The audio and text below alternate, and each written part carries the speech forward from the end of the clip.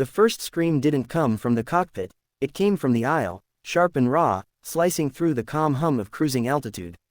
Coffee cups rattled, a baby started crying, and in that instant, everyone on Flight 702 understood the truth no one ever wants to face at 37,000 feet.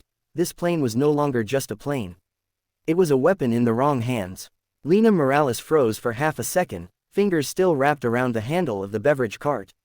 Years of training told her to stay calm, to assess, to breathe. Years before that, years no one on this plane knew about, told her something else entirely. Danger had a rhythm, panic had a sound, and this was an opening move. The man with the gun was sweating. His hand shook as he waved the pistol, shouting words that tangled over each other in a thick accent. Another stood behind him, gripping a knife too tightly, knuckles white. They weren't professionals. They were desperate. That made them more dangerous. Everyone stay seated, the gunman yelled, heads down. Passengers obeyed in waves, some instantly, some frozen in disbelief, some praying. Lena moved too, slowly raising her hands like the others, backing away from the cart. To anyone watching, she was just another flight attendant, navy uniform, hair in a tight bun, calm eyes trained to reassure. No one saw the way her gaze tracked angles.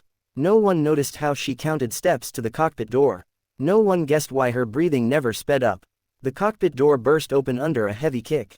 The captain shouted. There was a struggle, a sound like a body hitting metal. Then silence, thick, terrifying silence. Minutes stretched. The plane veered slightly, enough for seasoned travelers to feel it in their stomachs. A woman began to sob quietly. A man whispered his daughter's name over and over. Lena knelt beside an elderly passenger, pretending to comfort him. You'll be okay, she murmured softly, squeezing his hand. The words were for both of them.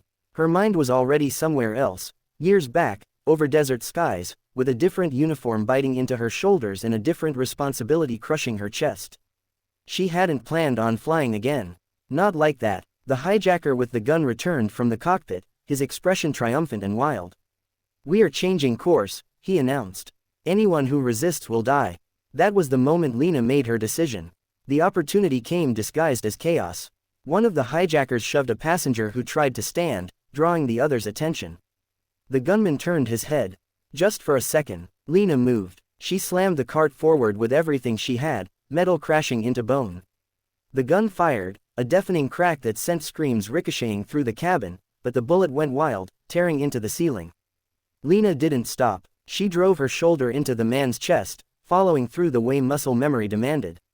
He went down hard. The knife flashed. Pain exploded along her arm as the blade nicked her sleeve, but she twisted, kicked, and the second hijacker collapsed into a row of seats, stunned. Passengers scattered, shouting, crying. Get down, Lena screamed, not in fear, but command. Authority snapped into her voice like a whip. Two passengers helped restrain the knife wielder. The gunman groaned, trying to rise. Lena planted her foot on his wrist and kicked the weapon away. For a breathless moment, the cabin was still. Then the cockpit alarm wailed. Smoke leaked from under the door. The truth hit her like turbulence. Whatever had happened up there, it wasn't good. Lena ran. The cockpit door was ajar, twisted on its hinges. Inside, the captain lay slumped forward, blood staining his shirt. The co-pilot was unconscious, oxygen mask dangling. Uselessly, the autopilot blinked with angry red warnings. The plane was descending. Someone behind her whispered, "We're going to die." Lena stepped into the cockpit and shut the door. She took one look at the controls, and felt the past surge up like a tidal wave. She remembered her first solo flight, hands shaking as she pushed the throttle forward. She remembered night landings on pitching carriers, instructors barking in her ear, the sky alive with threats. She remembered the day she walked away from it all, trading flight suits for aprons, classified missions for smiles and safety briefings. She hadn't stopped being a pilot. She'd just stopped telling people. Lena slid into the captain's seat, her movements fast, precise. She checked the co-pilot's pulse, weak but there. She adjusted the oxygen, stabilized what she could. Then her hands flew over the controls. Altitude dropping too fast. Autopilot compromised. Course off by dozens of miles. Okay, she whispered to herself, the way she used to before combat runs. I've got you. Her fingers corrected trim. She disengaged the damaged system manually. The plane shuddered, protested, and then steadied. In the cabin, passengers felt the change. The nose leveled. The wild descent eased into something survivable. A voice crackled over the intercom, hesitant at first, then clear. "This is Lena Morales," she said.